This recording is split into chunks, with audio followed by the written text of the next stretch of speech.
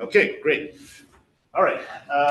Welcome everybody to this August meeting / makeup July meeting of the Patterson Park Neighborhood Association.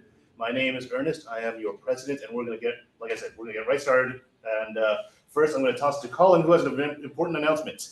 Hi there, I'm Colin Murphy. I'm one of the vice presidents of the West Sector. I would like to share with everyone that we have a community compost program. There are community compost bins that anyone can use and throw your organic waste in. They are located at Kenwood and Baltimore. There's 3 bins. You can take your organic waste there at any time.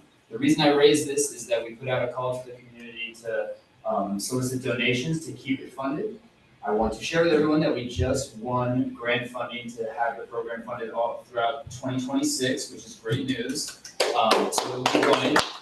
However, keep it in mind that in spring 2026, we'll be reaching out to the community again to try to generate some more sustainable funding and kind of some long-term planning. So if you use that service, tell your neighbors about it, keep in touch with us about how you use it, and keep in mind that there will be some opportunities for community buy-in to keep that project funded for the long term. So use the community compost, and thank you for your support. As of today, the community compost has diverted more than 1,000 tons of material that would have otherwise ended up in landfills. So great job, everybody. Great job, Colin, for getting that grant funding. And thank you to the many folks who stepped up and donated about a month or 2 ago when we asked for donations, because that helped get us funded for the rest of this year. Now, there were many people who did that, so thank you. Yeah. Okay, I will move on to next. Our guest speaker tonight is sitting right over there. That he is Delegate Mark Edelson. I will let him do the introductions for himself. Delegate, you have 2 choices. You can either sit there. If you do, you're gonna have to speak up a little because the microphone is over there. Okay. So I don't, or you can like sit. Some people like to sit over there and just and I can just turn the camera to point at you.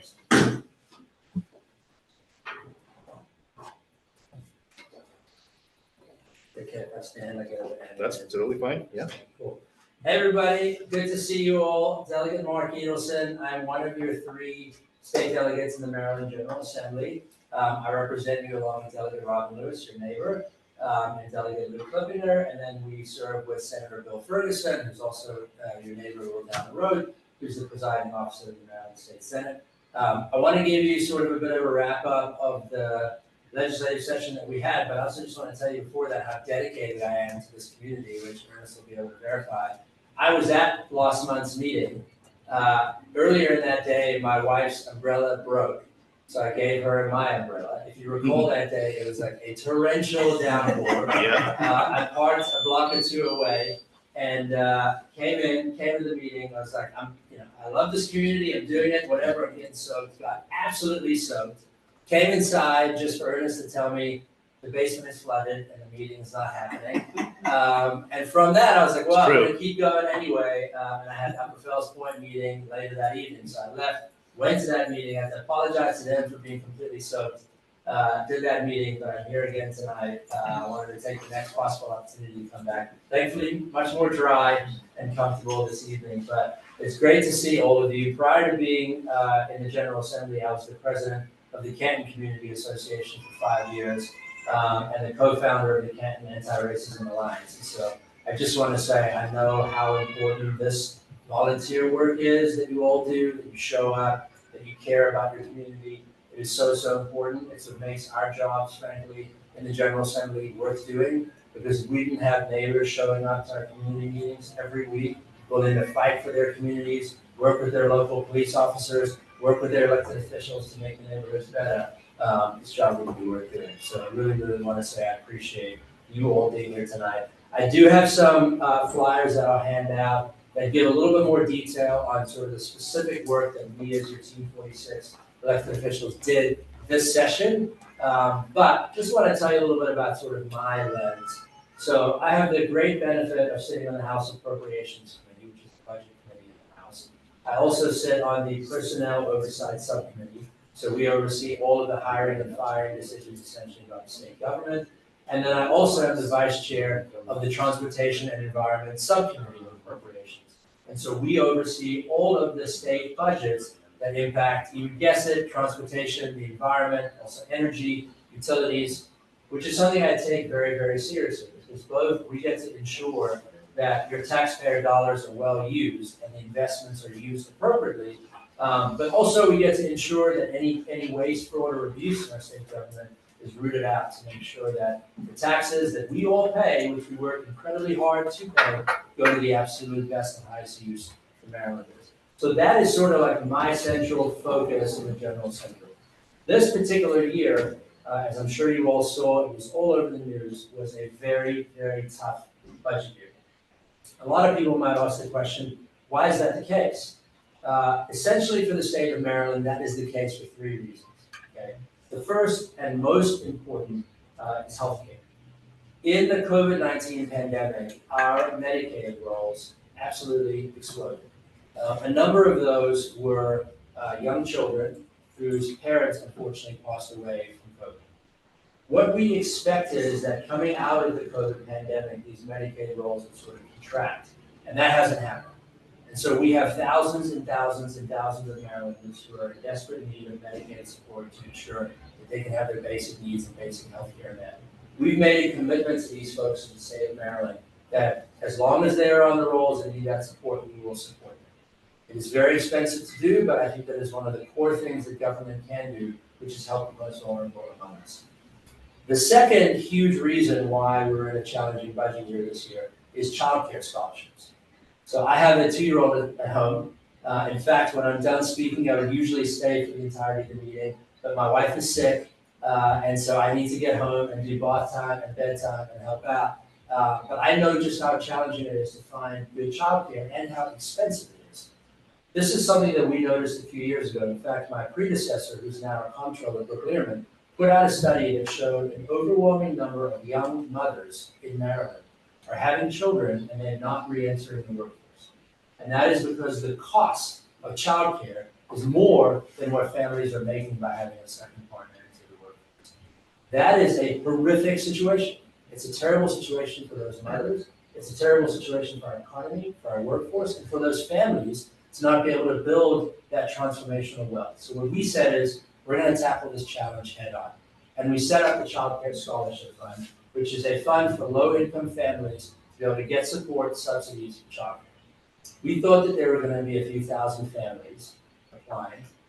Every single year, this scholarship fund has been oversubscribed by tens of thousands of families. So what that showed us is that we found a problem and we are solving for it, which is what we're here to do. On the other hand, that's very, very expensive from a budget standpoint. But again, we made the commitments to these families and we're going to stick to it. The third reason why we're in such a challenging budget year this year is right down the street in DC. Now, I am without question a Democrat, but I say this to you without any partisanship in the statement. What is happening in DC is having a huge, huge impact on the state of Maryland's budget. As someone on the Appropriations Committee, I have the benefit of getting reports and data all the time from nonpartisan budget analysts in the state of Maryland.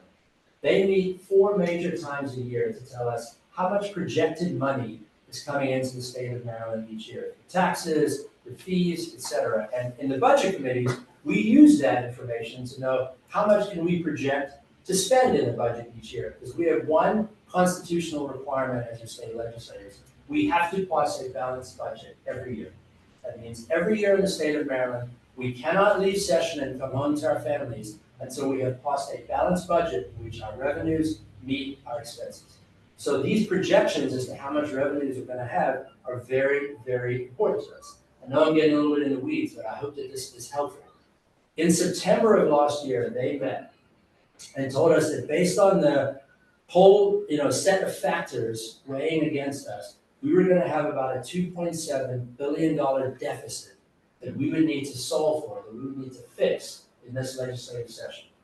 This March, they met again 6 months later and told us that as a result of one specific thing, the actions taken by our federal government in DC, that $2.7 billion deficit was now $3.3 billion. $600 million in the space of a few months. That is way outside the range of what we are typically used to doing. I know this might sound like monopoly money to many of us, it certainly does to me, but that kind of a deficit is way larger than what we're typically dealing with. But we had to solve for it, and so we did that in a number of ways. First and foremost, we raised around $1.4 billion from the wealthiest 6% of Marylanders. This is folks that are making $500 or $1 million a year, and frankly, I think we will all agree can afford to pay their fair share. We raised a significant amount of money from those folks through a variety of changes to our tax code to make it more fair, as well as ways that we deal with investment income.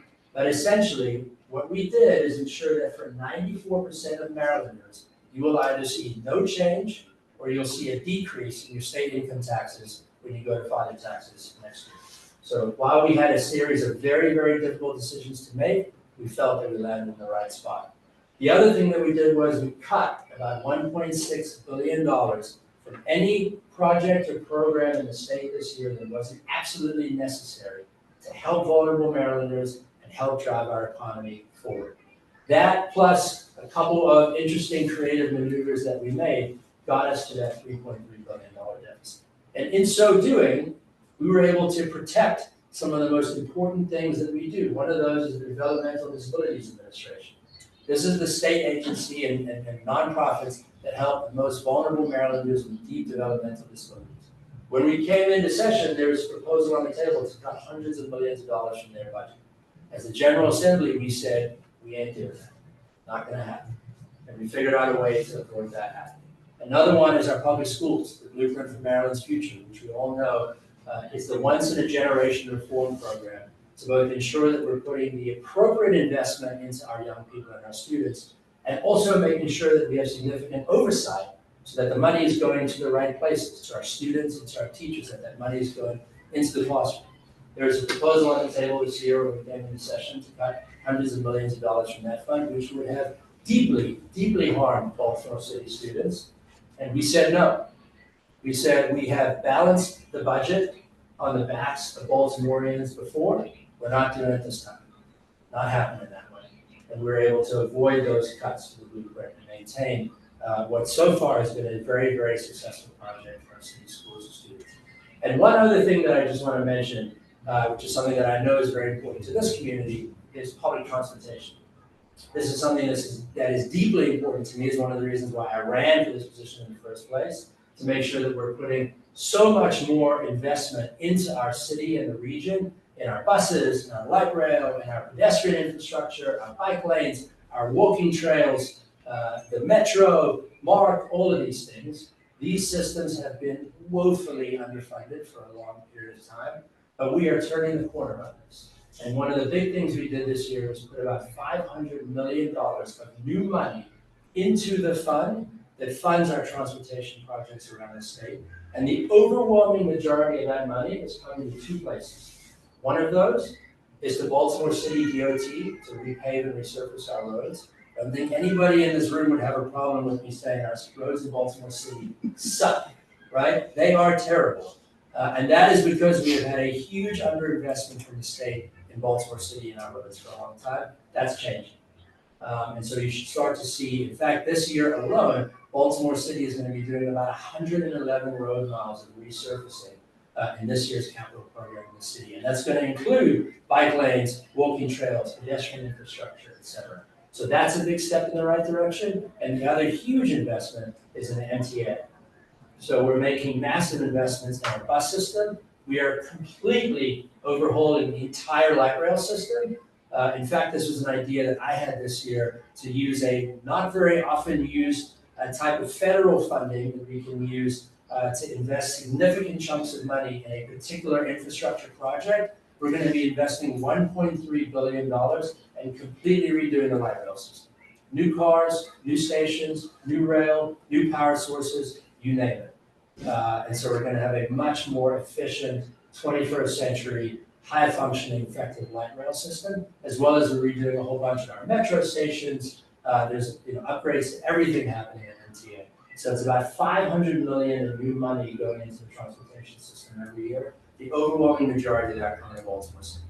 And again, I just want to end with, brings us back to the theme that your state legislators came into session with.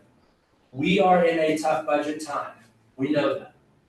In these moments in the past, the budget has been balanced on the backs of Baltimoreans. We refuse to let that be what we do this year, and we were able to work together and stick to that with the governor, with the Senate president. We have so many powerful elected officials around the state right now that are either from or represent Baltimore City, and it is really paying dividends.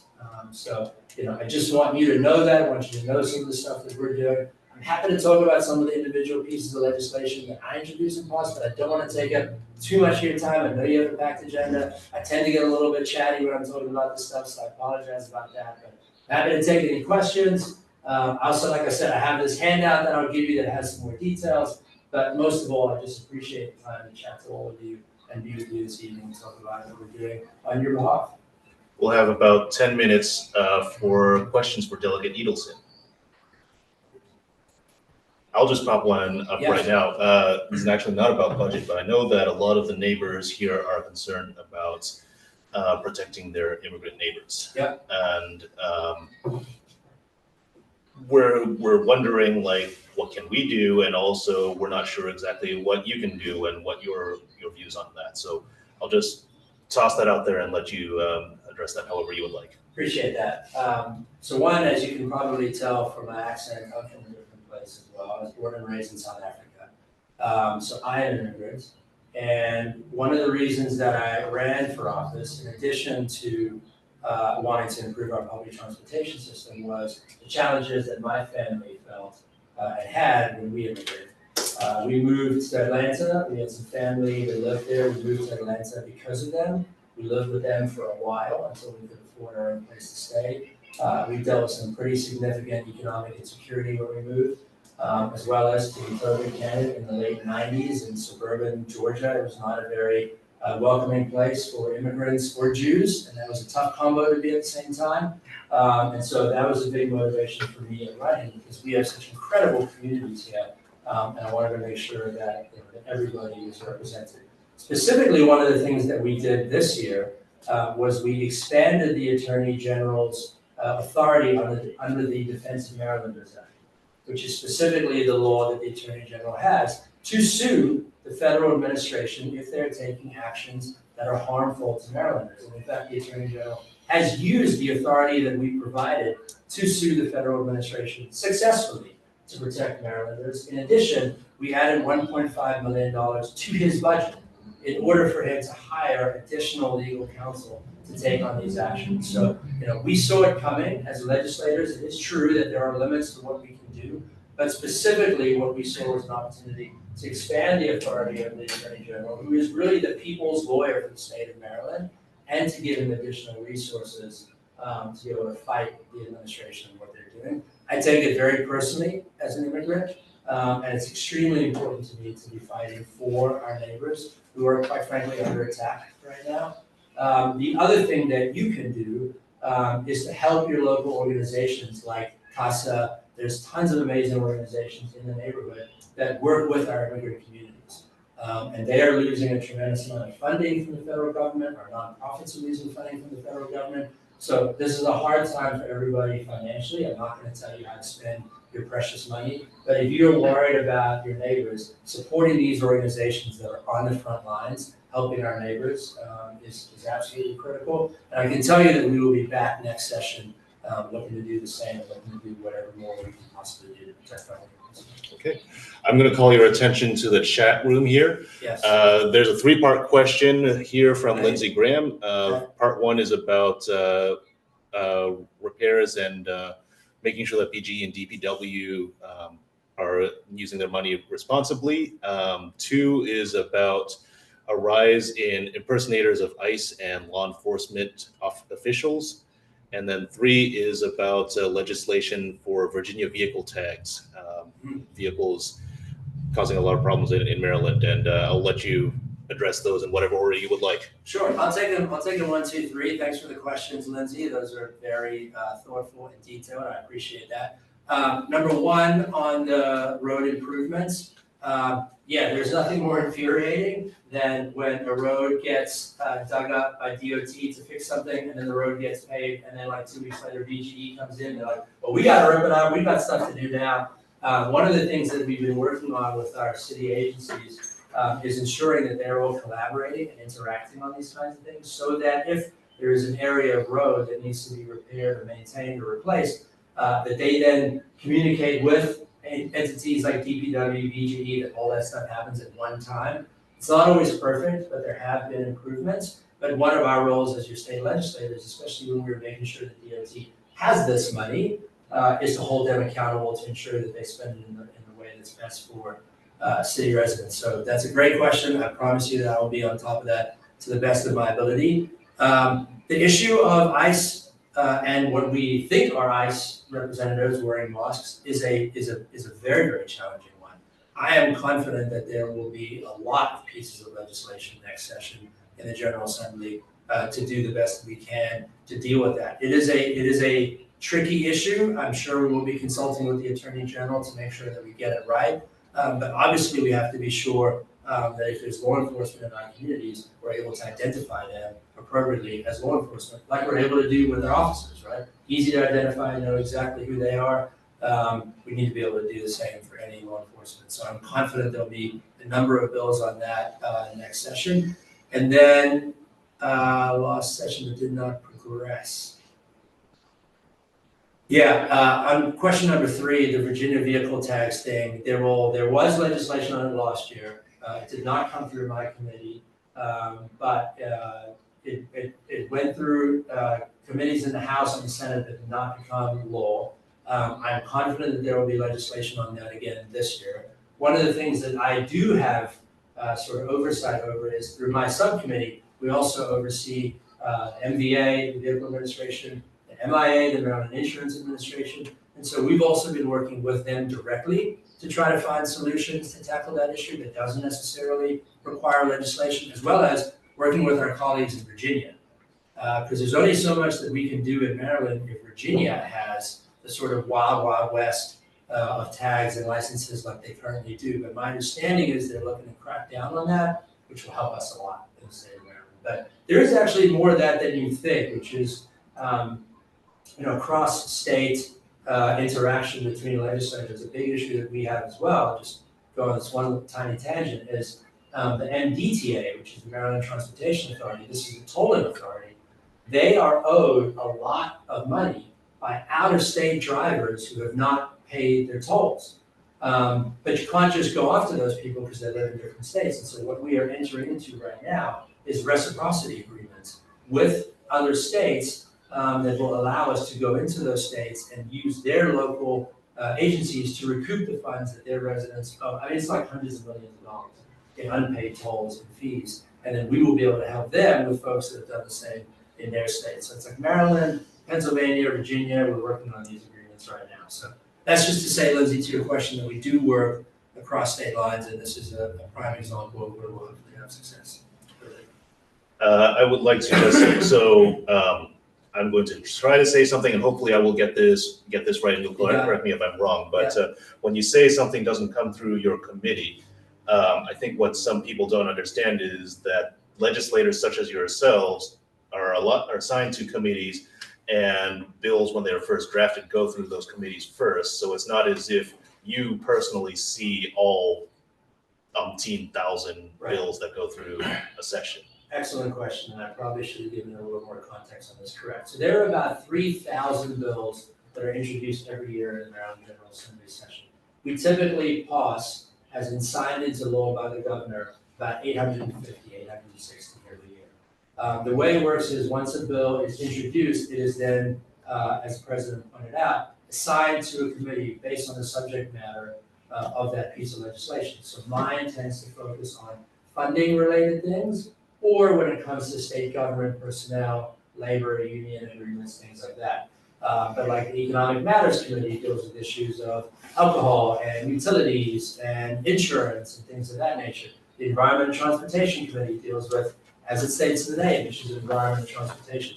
So if a bill is introduced and it doesn't come into the House Appropriations Committee, then I am not in the room when that bill hearing is done, when the questions and things are done, when the analysis is done behind the scenes. I would then have an opportunity to vote on that bill if it is voted out of committee into the full floor. But it is more challenging to be able to sort of move the needle on a particular bill. It's not in your committee because you're just not in those conversations. There's just too many bills moving through the General Assembly at any one time to get involved in bills that are not in your committee, especially for me, because we have all the bills in our committee and then the entire state budget that we're handling simultaneously. And so it is also a very, very intense job that I absolutely love getting to do every day. Okay, I will give the last question to Mary Casey in the chat, who was asking if neighbors are able to submit roads that need attention, or how are roads being identified? Great question. Yes, community members are able to, so you can submit it to me, frankly, if you wanted to. You can even put my email address in the chat. Sure, what is your email address? It's Mark Edelson, they just changed it, at house.nd.gov. I'll check and make sure that's right. Okay. They literally changed it like a week ago because it was very, very long and tough to remember.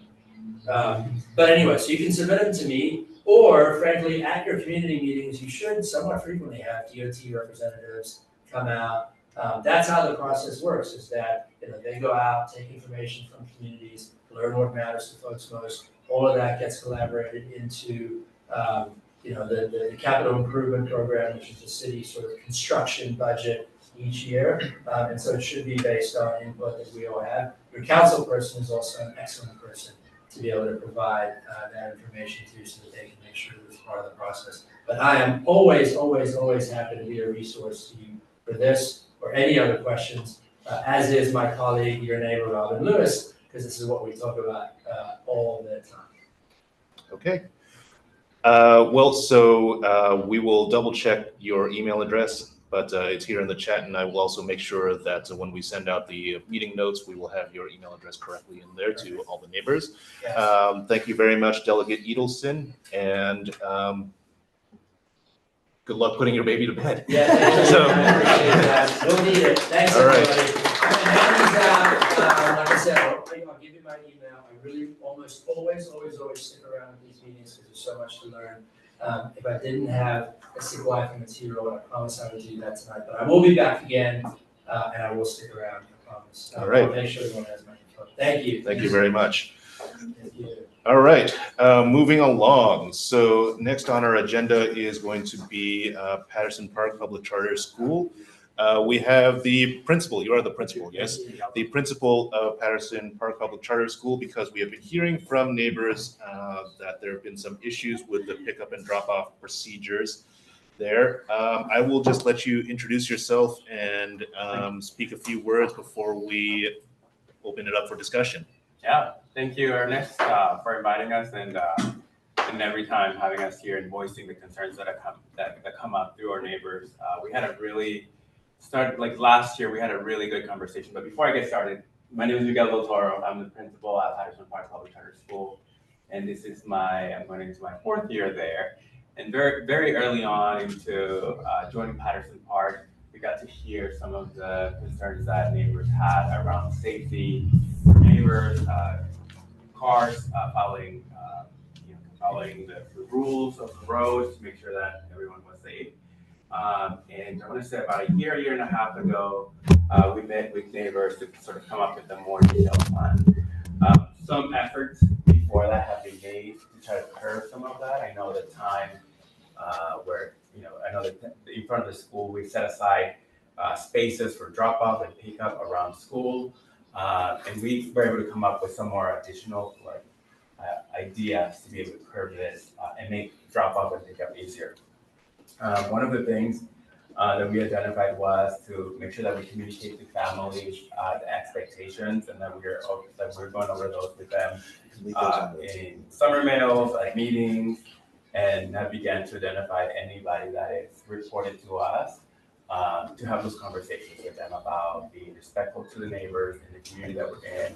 And if we have anybody being a repeat, person that continues to not follow and adhere to our norms that we set aside, then we're having, those conversations with them about possible, just something we gotta do different for their child because we have to be respectful. So you saw on the Facebook page sort of what's been going home, what we are sharing with our families, and what we are expecting of them as they engage in this community. A couple of other challenges that we've come across is I myself have gone out to direct traffic, to make sure that we're following along, to talk to neighbors. I know some of the neighbors that came to the meeting hosted at Patterson Park about a year and a half ago. I see them walking around, walking their dogs, and I stop from time to time and say, how's it going? And, sometimes they're like, it's fine, it's better. I think the times where I've heard that it gets, that all we start running into each other is when school starts up. That's August 26th, coming up in 2 weeks, because everyone's trying to get ready. Neighbors have not had to deal with cars dropping off kids at 7:30 in the morning, 7:25 in the morning, and or having to get out and run an errand at 2:35, 2:25, and then they get jammed up into each other. So this is what I was talking about. We're saying that they need to be courteous and patient, show respect, no honking. We've heard neighbors say that sometimes cars be honking, and we have neighbors that work night shifts and they're working in the daytime, and so that disturbs the neighborhood noise. No double parking. We've also heard from our neighbors that they get trapped in a spot when they're trying to leave because someone may have double parked and left the car unattended. And so we're saying to parents, and this is something that no one should be doing, it's not double parking, and there's also a fine that parents or anyone double parking could get, which is a $200.50 ticket. And then we encourage our families to park and walk. Again, taking this route helps limit congestion and promote safety, especially on Monday and Tuesday when we don't have parking on either side of the street. It opens up a lot of parking spots for someone to just quickly park, drop their kid off, come back, and go. We mapped out how parents can loop to avoid also congestion on East Baltimore going east. In the morning, if someone's trying to make a left turn, it congests all the way back to like Patterson Park, all the way back. And so we were telling parents, go around, get in the loop, or map your arrival depending on where you're coming so that you can get in this loop. And we have people on Lakewood and Bellinor receiving students out of cars. So it's a quick get out of the car, come on, that you don't have to get out of the car. We escort them in, and the car keeps on going to kind of help alleviate some of that. And so we've also marked really clearly where they can drop off and where they cannot drop off, because we've also heard that sometimes it's not the parents, sometimes it's citizens who get very impatient and begin driving around the cars, and sometimes kids will be crossing multiple spaces around the area, and if they're not seen, it could cause a major accident, and someone could actually get hurt. To that end, what we've done also is we've encouraged families and neighbors to report on the app. Is it 311? I think it's the 311 app or the 411 app. There's a place there where you can report drivers that are also doing any of this, that it's not okay, and then report them to say they're not following what they're supposed to be following in terms of double parking or being able to not be leaving the car unattended, and then we can report them, and then usually that signals for them to send an official to come and check and to ticket cars more personally. So we've had that happen multiple times where we've called and said we need just additional presence to be able to talk to the cars or cite them as they should be cited if they're not following the rule, and give them those warnings. And so that's sort of some of the work that we have been doing. It's not perfect, we continue, but what I do want to encourage you all is if a neighbor ever has any incident with one of our families, we want to be able to investigate what happened, get to the bottom of who did what, for us to be able to hold the parents accountable. We don't want there to be a confrontation. So if you can, any of you hear of a neighbor that had an incident happen with a parent of a child that goes to the school, and they know because they dropped them off, let Ernest know he has our contact information, like maybe email him and then he'll shoot it straight to me so that we can have a conversation with those families, especially if it's families that continue to, to do this and not be respectful to them. Okay. We will open up the floor for anybody in the room who has comments or anybody on the Zoom. If you are on Zoom, you can either type your comment into the chat or just raise your hand and I'll call on you to unmute yourself.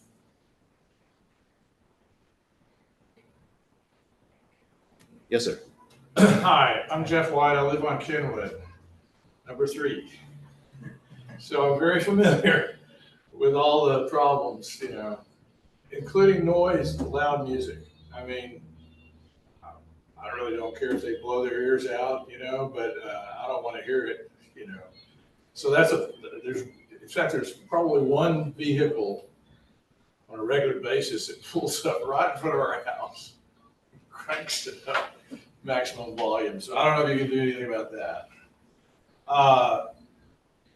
I'm more of a comment. It's going to be interesting to see how the new intersection markings and posts and everything, how that's going to affect. Because people, it could be worse, it could be better. I don't know. Because people would like double, triple park right on the corner there, And but for the most part, people are pretty chill about getting in and out. I've learned not to go on the street, between about 2 o'clock and 3 o'clock in the afternoon, because sometimes you can't get through. Yeah. But hopefully it'll get better with that intersection. Yeah, and then I know one of the something that we've been working I've advocated for is on that left side of Lakewood to sort of flip the vertical parking to the other side, so that way in the morning we can have that side be open from like 7:30 to. Where does your staff and faculty park? We parked in the neighborhood, so we get here earlier. So we get here around 7:10.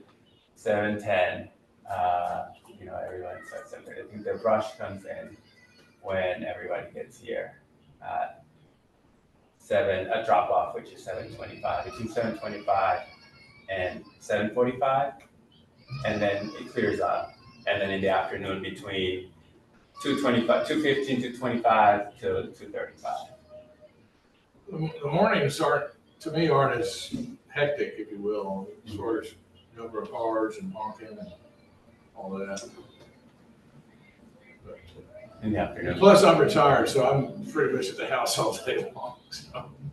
Yeah, thanks so much. Thank you. Yes, sir. Hey, I'm Jeff Amherst. I live across the street from Highlandtown 215, been there for a decade. Used to live across the street from Wall Street Academy. I've commuted downtown for the last 12 years, past Hampstead Hill around you guys. All to say, I don't think you guys are doing any worse or better. I actually think you're holding up pretty well on that front. What's your crossing guard situation? Because I will say at 215, since they got sort of a very dedicated set of crossing guards who are like, they've been there for several years there, they know the parents, they know the patterns and stuff moves. And we don't, in front of 215, there's no dedicated parking. Like it is double parking. Like there's a 15-minute window every morning where things just kind of go anywhere. But for the most part, it actually moves very well. Community pass, you guys, I'm always afraid of is actually what you mentioned before. Like it's not the parents necessarily doing drop off. It's the drivers commuting towards downtown who just get frustrated. And it's like, I'm just waiting for a kid to get hit. Candidly. Mm-hmm. Do you guys have dedicated crossing guards? And if so, is it the same people coming back this year? We have dedicated crossing guards. We have 2, one on East Baltimore and then one on Lakewood and it is Fairmount. Yeah. And they have been the same one for we had one that was the same for like the first 2 years, and then we had a change, but they got sort of acclimated and learned the patterns quickly. And they have been supportive. It's nice that we're now having a cross, like to your point, that they're identifying more of a crossing markings, because those weren't very clear before from the park over to this side. But we're also asking for another one of Bell Nord like right there between Baltimore and Baltimore, because the cars are constantly turning. But we do have, to your point, we have two crossing guards that are familiar. Okay. Any other comments for that comment is from Haiti and is not about this issue, so I'll read that later. Any other comments for Principal? Just out of curiosity, how many children go to your school? We have 740 students. Well, I know a lot of parents walk their kids to Yeah. school when the weather's nice and so forth, so that helps a little bit. And any more suggestions that you have, well, Ernest has been, our email contact information, will be happy to come back and discuss any one particular thing. But my goal this year, as we have been mentioning this more and more to parents, is now identifying if they're parents, right, that go to our school, identifying so the parents aren't having a conversation with them and sort of, it's like, hey, listen. Now, if they're a neighbor, if there's someone not a neighbor or a parent, they're a citizen, I think we were, using to report on the 311 app. But then we definitely want to hold our parents accountable to be respectful to learning. Do you team up with Hampstead Hill with the traffic issues? So maybe there's a culture, because they're also very difficult. Yeah, I've heard some of the similar problems. We haven't yet, but we probably, should reach out, or even I didn't know Highlandtown to have the same issue, and then say, let's build a culture where, posting the times. I think I'm glad that I sent that to you and that you posted it, because then it gives all the neighbors a heads up. Okay, these are the times where the kids will get here. They will leave on Wednesdays. It's an hour before, so everyone can map out their time a little better. All right, thank you. All right, thank you. Okay, moving right along. So we do have this comment from Haiti, which I will read out loud for the audio record, which is, don't forget to put in all 311s for your area regarding illegal dumping or garbage or extra recycling. The Charm City cleanup is coming to your neighborhood soon, and specifically for us, it will be in our area on Friday the 29th. And if you want to volunteer, you can send an email to haydee.batista, haydee.batista @baltimorecity.gov. I will certainly be following up with that and making sure that information gets sent out. Okay, so we also have are going to have a presentation from the Baltimore Baby Fund. I'm sorry, I have already forgotten your name. Sawyer. All right, welcome. Come on up. Come down to where Delegate Edelson stood. Okay. All right, good evening, everybody. My name is Sawyer Hicks. I'm a volunteer with the Baltimore Baby Fund. Thank you to Ernest and Colin for having me here tonight, and thank you to you all for giving me a few minutes of your time. Show of hands here in the room and on Zoom. Has anyone heard of the Baltimore Baby Fund yet? All right, we got a few. Glad to hear it. The Baby Fund is a proposed charter amendment. This is an anti-poverty measure sponsored by the Maryland Child Alliance. We're seeking to create a dedicated fund of money in the city budget to help support new parents in the city. So the specific language of the charter amendment is that this would create a fund that could be used exclusively to enhance the economic stability of families with newborns in Baltimore. The Maryland Child Alliance is a nonprofit organization that was started primarily by Baltimore City public school teachers and some other public servants. I myself am a public defender by day. We believe that child poverty is one of the biggest issues facing the city. About a third of the children in Baltimore currently live in poverty. And we can see that when children grow up in poverty from their earliest days, they are already behind by the time they get into our public school system. And the damage that does only compounds as they grow older. When you look at special education services, social services intervention, the criminal legal system, which is where my expertise is, we end up spending a lot of money to really try to make up the deficit that many children in our city are born into. So we believe that the government, really at all levels, but we're starting here at the city because I think this is the most practical place to start, needs to do more to help support new parents in our city. Obviously, we would love it if the federal government was willing to put some money into this, but I don't think anyone here can credibly say that that's going to happen anytime soon. So what we're trying to do is amend the city charter to create this fund. In order to do that, we need 10,000 signatures from registered voters in the city. That will get us on the ballot in November of 2026. And then if a majority of voters in that election approve the charter amendment, that would create the fund. The specific operation of the fund is going to have to be determined by the city council through implementation legislation.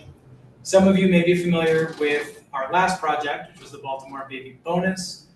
Last election cycle, we successfully collected the 10,000 signatures that we needed to be on the ballot for a slightly different program that would have been a one-time direct cash transfer to all new parents in the city.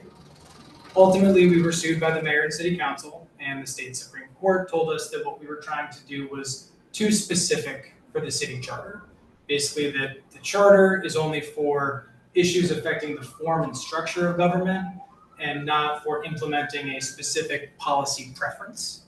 So we took that feedback from the court, we amended our proposal, so now it creates the fund, but the city will have more discretion over how that money is spent. We're still hoping that this looks like some kind of cash transfer to parents. We believe that that is the most effective way to help people meet their needs, because ultimately everyone's needs are going to be different. Some people need money to keep the lights on. Some people need money for diapers. Some people need that money for childcare. So that's what we would be advocating for. But the current structure of this amendment would give the city council some discretion and give voters and taxpayers more say over exactly how that money gets spent. As I mentioned, this is the Maryland Child Alliance that is behind this proposal, but we have partnered with a number of other progressive organizations in the city. We do not have a ton of money. That is a question that we get a lot. Charter amendment proposals have been pretty popular in the last few election cycles. I'm sure many of you are familiar. Sinclair has spent millions of dollars to try to get their questions on the ballot. Something that we are extremely proud of is that last election cycle, when we did get our 10,000 signatures, but were ultimately excluded from the ballot, we spent less than $5,000 on this proposal. This has really been a grassroots effort, again, of many public servants and dedicated volunteers who believe in this idea and have really enjoyed going out into the community. We have a lot of volunteers from the Patterson Park community. We frequently attend events in the park and engaging with our neighbors, hearing about what they need, particularly for new or aspiring parents, and really pitching what our vision for the baby fund is.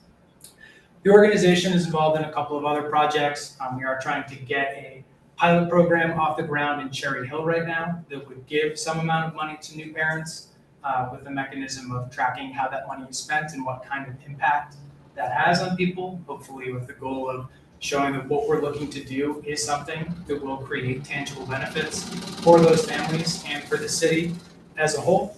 And hopefully this is just a starting point and we can take this idea into other cities and counties and maybe statewide.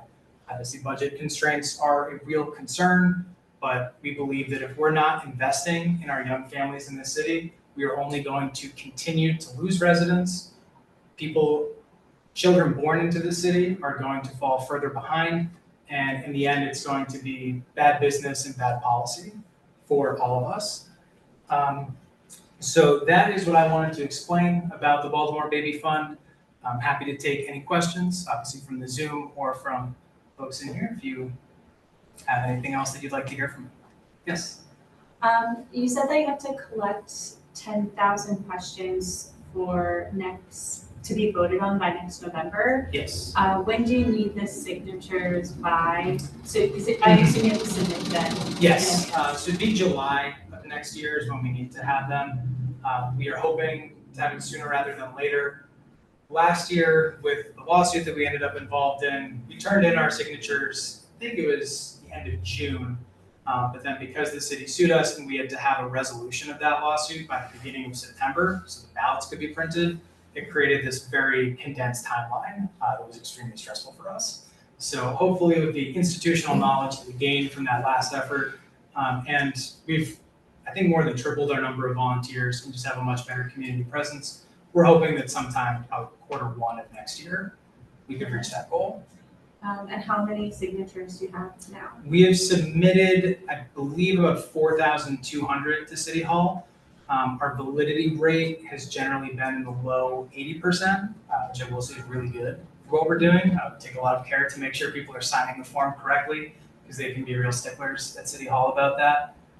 So to get 10,000 valid signatures, we're probably looking at 12 to 13,000 to be safe. And to be clear, they must be ink signatures on paper. Yes, yes. No e-signatures are allowed. Exactly, that's an important thing, and this is mandated by the state. I do have a petition form that I'm going to pass around if anybody wants to sign it.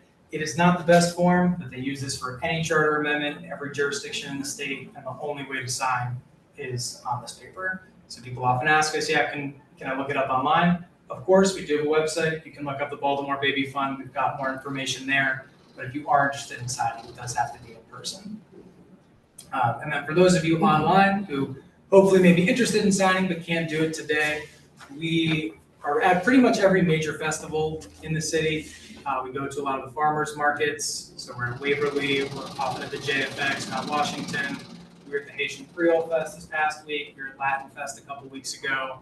Pride, any big event, we're usually there. We're always wearing these very visible yellow t-shirts. So you should be able to find us pretty easily in the community. Is there a website that people can go to? Yes, I don't remember what the exact URL is, but if you Google the Baltimore Baby Fund, it will definitely pop up. I'll actually just give that a try right now. Would the amendment itself create a specific dedicated funding stream from tax revenue, or would that be up to council? Yes, so it would take 3 cents of every $100 of assessed property tax revenue, and that was what would go into the fund. So what do you guys project that to be on an annual basis? Around $14 million. So not, this is not nothing we're talking about, but it's not a huge portion of the budget either. I think that Our fiscal year 2026 budget, I think it's 4.8 Billion, yeah. So the city, it's just a per. Oh, yeah. and we're all familiar. There are areas in the city, I think, where we are putting money into could be better used to support our residents directly. Yes. Will there be an income test? So that is something. We don't need to be handing out money to rich people, do we? So this is something that will be up to the city council ultimately. Our initial proposal last election cycle would have been a universal benefit. The reasons for that are that we do think anyone who is paying property taxes should receive some of that benefit. Even if you're, the very wealthiest people, this money's probably not going to make a difference. But even people who are in the 70th, 80th percentile of income in the city, having a child is still really expensive. So we do think that benefit should be broad. The other reason for it is that we did not want any means testing, because that administrative cost just dilutes the benefit that's ultimately getting to the people who need that money. It creates a complication. Now people are being paid to figure out who's getting this money. One of the issues that we've had with how the city administers some of its other funds is that it pays a lot of nonprofit salaries, and sometimes that's totally valid and a good thing, but it does limit the actual benefit to the people in the end. And so we felt that the money was going to be best spent by directly reinvesting in folks with the awards. Maybe you can talk to rich people and donate it back. And I'm sure the city council would not have any issue creating that kind of. Did I hear you correctly? You said based on property tax? So, Yes, so it's 3 cents on every $100 of assessed or assessable value of property in the city. you were saying something like it's good for people to get a return on their property tax. It's not limited just for people who pay property tax. No, that's just the funding structure, because that is the city's biggest source of revenue. Okay. So and it's actually, you're familiar with the Children and Youth Fund, which the city council initiated a few years ago. It's the same funding structure that the Children and Youth Fund has. I think we are hoping that it might be administered a bit differently. We do have some issues with how that money gets spent right now, but that's how we modeled this fund to try to pass the state constitutional muster. All right, anything online? Nope. Well, I will pass around a petition here. If you want to sign it today, that's fantastic. If not, I will not be offended, but I do hope that we can win your support sometime between now and when we finish signature collection next year. And I'm very appreciative for all of your time tonight. Thank you. Thank you. Okay, we will move on to community announcements. So I'm going to do the first one actually because this is from artist Maria Gabriela Aldana, who is working on a mural at 156 North Lakewood. Actually, in fact, if you are here in the library, once you go out, if you just walk to the end of the grassy area in the library, you'll see the mural in progress on the left. This was made possible by a grant from the Maryland State Arts Council, MSAC, which she wrote. Technically, PPNA submitted it, but she wrote it for us.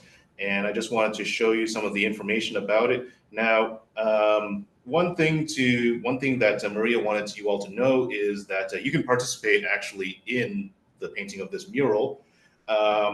It happens at the middle of the day, 11 a.m. to 2 p.m. on Wednesdays. It looks like it's also Wednesday and Fridays, excuse me. And if you go to artofsolidarity.org, you can see these signups to sign up to help. And then on Friday, September 5, there will be a dedication party with food. So let's see if I can also find I think there were, okay, yeah. So here's some video, some pictures of the mural in progress. And so if you come out to take a look at 156 North Lakewood, you can see, I actually saw this. That wall is partially painted and it looks like that. And I do not actually know where the final design is. I know the final design is somewhere on this website, but I don't know where to find it. But in any case, that's very exciting. So new mural is coming. And if you would like to participate, please sign up. Okay, I will also open this to anybody else who has any announcements for the good of the community. I know that I have two. One from you over here, and I'm sorry, I don't remember exactly what you wanted, but I'll just let you introduce yourself. Hi everyone. My name is Carrie Ann, and I'm recently joined the Baltimore abolition movement. I'm still working on my elevator pitch, so try to keep it short. She's not trying to abolish Baltimore, No. although it might sound like that. No, I did not think the name either. I won't go into all of the long mission statement of BAM, but the main issue that the Baltimore abolition movement is working on right now is to bring awareness to the private police department that Johns Hopkins has launched. They're out there on the streets now. So some of you may know or may not know, we got city control of the police pretty recently. I think we passed everything last summer. But before Baltimore City Police was controlled by the city and the city council, it was controlled at the state level.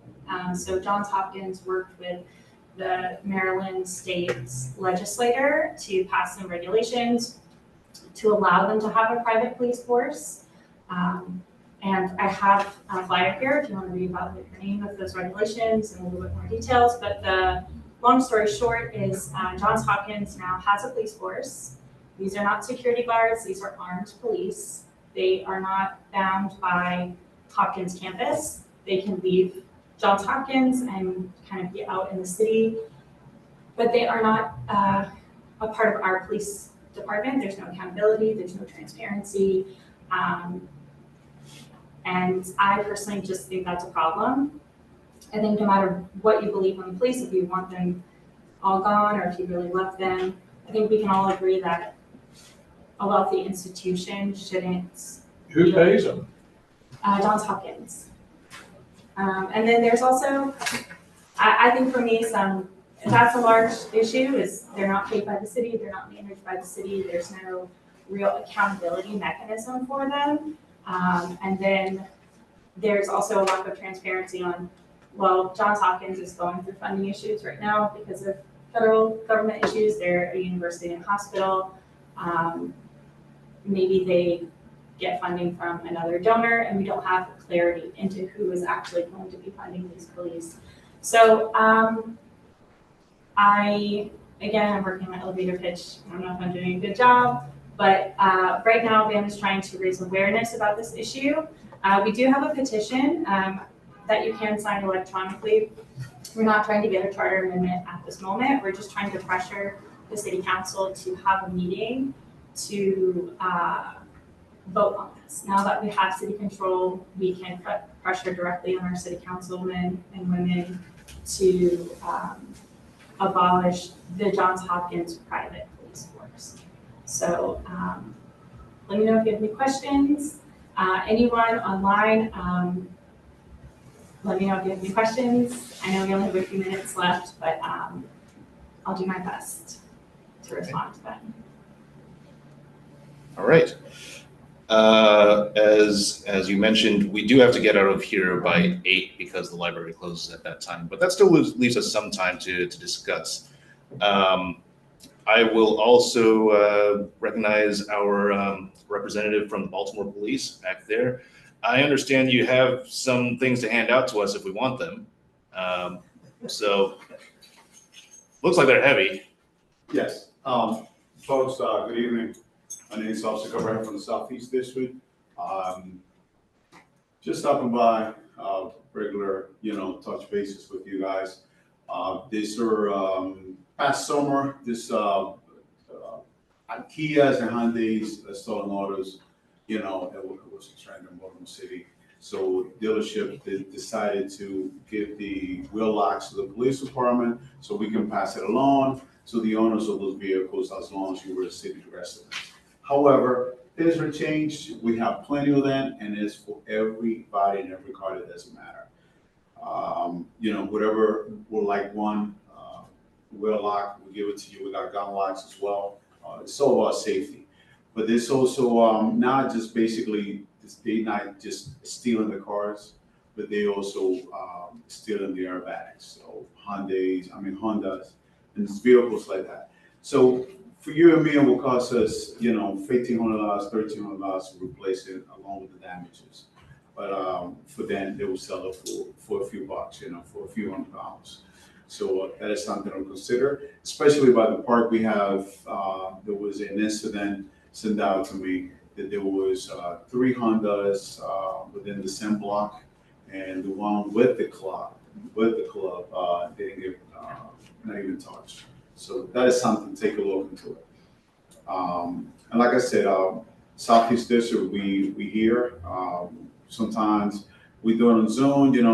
I know the agenda is very tight. So, but we'd like to come towards the end of the summer just to check on you guys and show our faces here. Hey, we here. And like I said, those wheel locks and everything else is they are free. Okay. Any questions? Any concerns? Anything for the police department? Do you have any updates or information about the shooting at Clinton and Pratt a couple nights ago? No, I do not. This is an active police investigation that I can speak about, as well as the incident on Eastern Avenue, as well by the ice cream store. This developing story, and I'm sure there was a question as well, and we're working on developing information that we're working on as we speak. So that's all I can say for now. Eventually, you're gonna hear about it, and we're gonna go from there. But as of right now, I cannot disclose that information. It's an active police investigation. What can you do about cars that have very loud mufflers that enjoy driving around 2 o'clock in the morning up and down Arlington Street? Well, that's the $1 million question, right? If we can stop and get them and give them a ticket for that, but that is. It seems more and more cars are without their mufflers or whatever the noise level is. Believe me, we would love to have this neighborhood that has the cameras for the to take the pictures, the license plates readers, and to send it to us so we can pay these people to visit it. I don't know if that's something you have in this neighborhood. We have a camera network, yeah. I know the person, well, you know the person who talks to about that. I kind of suspect what yeah. what it is. Yeah. But I'm always happy to let you know where, because we also put up some cameras for some local businesses. So if you want to know where those are, I'm happy to send a list to you as well.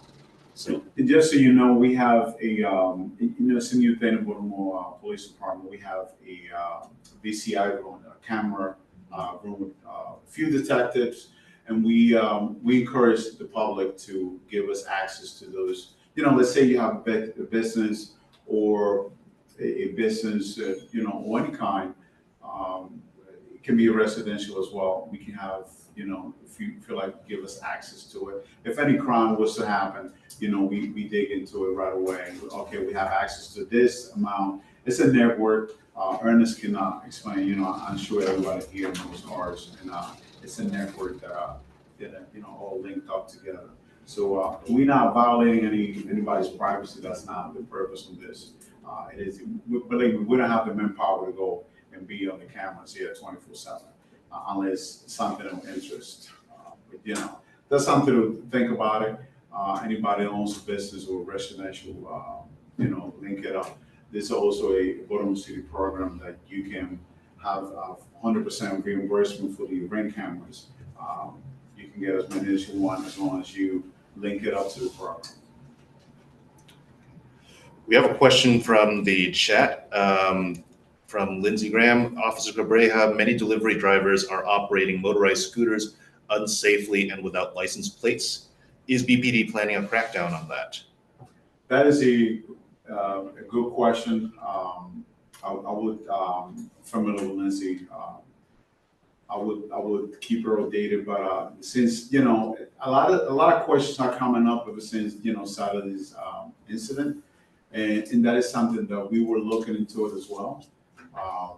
But I cannot give you, hey, this is the plan that we got so far. But it's something that we're working on. It's like the Virginia tax and everything else. That is something a lot of concerns, with those vehicles as well. So, but that is something I follow up on that, and that is something that we're working on to have, especially the incidents like that happened last Saturday. So that's something kind of concerning. Okay. And then we have a question. I'm sorry, based on your username, I cannot tell what your actual name is, but S. Gray. There's an influx of addicts congregating in the alley behind the 100 block of North Highland. Oh, it's Chanel. Okay. Hi, Chanel. What can neighbors do about this influx of addicts behind the 100 block of North Highland? Call police, please. Call them. It's not 311. Call 911. Look, there's a gather of drug users or whatever, loitering or whatever the case. We're familiar with that area, but there's a lot of foot traffic there. We also working on another complaint based on that neighborhood as well, and we're working on. I mean, as you guys know, we respond from call to calls here and there, but that is something to address as well, and we're working on it. But we encourage citizens to call 911 and to have an officer, and you don't have to be seen for those kind of 911 calls. Every Baltimore City officer has a cell phone that is assigned to that officer. So you can, if you don't want to be seen, you can say, well, officer, this is the description of this guy. I don't want you to knock on my door. However, can you give me a call back? And we'll be, to address more information, more details on what they're doing. Just don't call anonymous. Just try to leave a number or a name behind so we can talk to an actual person and we can learn more about these complaints. And just one second. Chanel, I am going to say that PPNA, we are trying to get a meeting together with city officials, particularly about how does the 311 system work. And also, this is not exactly what you were talking about, but we also wanted to know how the city deals with vacant properties and why does it take so long for them to get boarded up. And so that's something that we are working on for a future meeting, and we will let you know about that. So sorry about that, but please go ahead. going back to the original question, and calling 911, in my experience, it seems like there's not a lot of urgency when I've called 911 for either addicts gathering or even like actively passed out in alleyways. Is there like a better, you said call 911, but is there a better way to approach that? Unfortunately, and let me touch right quick on echoing that answer from Ernest. This also, we're working on a gate, an alley gate on that very section as well. Just want to add that on to that. And unfortunately, responding to your question, we are limited on resources and the calls for service, they get prioritized. So, it goes from there. Whatever situation is going on that day, like, a major incident, like a shooting, or that incident or scenario, that takes a lot of manpower away from those, non-priority 3 calls, priority 4 calls. So, but I encourage, if you see anybody through your window, snap a picture, send it to the officer, look, this is a reoccurrence here, and this is what needs to be addressed. And if you could send it to the officers, cell phone, like I said it before, and then we'll address it from there. And can you get the officer's cell phone if you call 911? Is that how you get it? No, so you leave your information for a callback, and then he will call you. Okay. And you will talk to that officer over the phone. You don't have to be seen, and obviously he calls you on his phone, you're not his phone. So, but it's not, we recommend a call 911 because it's an official call for service, and not, not a phone call away kind of deal, obviously, I wish I would have that in my neighborhood as well, but unfortunately it doesn't work that way. Okay. Are there any other announcements for the community? Yes. I've actually got one on behalf of the Exchange Club Southeast Baltimore, Jeff Amaris. The what? The Exchange Club of Southeast Baltimore. We are a civic service organization based in Southeast Baltimore. We've been around since 1926, so we're coming up on 100 years now. We have a event that's coming Saturday evening at Old Line Spirits, our annual Scholars of Spirits Award. So we award a college scholarship every year to a graduating senior from Southeast Baltimore, $10,000 scholarship. It's $2,500 a year for each of 4 years. Each year we give out one. Our hope is that by the time we hit our 100-year anniversary, we're giving out 2 scholarships. As part of that this year, we've got a donor who's agreed to do a match of up to the first $20,000 we raise. So we are trying to throw out, pull all the stops, get people out. We have an event again this Saturday evening at Old Line Spirits. There's a QR code, I'll pass these around, with opportunity to buy tickets or just make donations if you're able to. The event, we're gonna have live music, drinks, prizes, oysters as part of the ticket price, sandwiches from Chasket Beef. But the goal again is really to raise money for that scholarship fund. What we do each year is we solicit high school seniors to apply. You have to either live or attend school somewhere in Southeast Baltimore. And our footprint for that is roughly from Monument Street down to Water, from South President over to the county line. We're generous if you're on the edges of those boundaries, but we've been doing this again since the early 1980s. Each year sending a kid off to college with $2,500 in their pocket, unrestricted in terms of where that fund goes. So some kids use it for tuition, others for housing, room and board, books, which are becoming ever more expensive. In any case, the event is this coming Saturday. We have other events like this throughout the year. The one that makes this one unique is that we have that match available through a older member who's been around for quite some time and is trying to make sure that we get to the amount we need to by 2029 and start doing this for more than one kid per year. So would love your time and consideration. And if you're available this Saturday, it should be a pretty good party. Thanks. Any clubs, folks? All right, so yes, I'm going to call an end to the meeting. We have 2 petitions floating around here, and if you want a free car security device, come see Officer Cabrera in the back. Thank you all, and we will call an end to the meeting. So,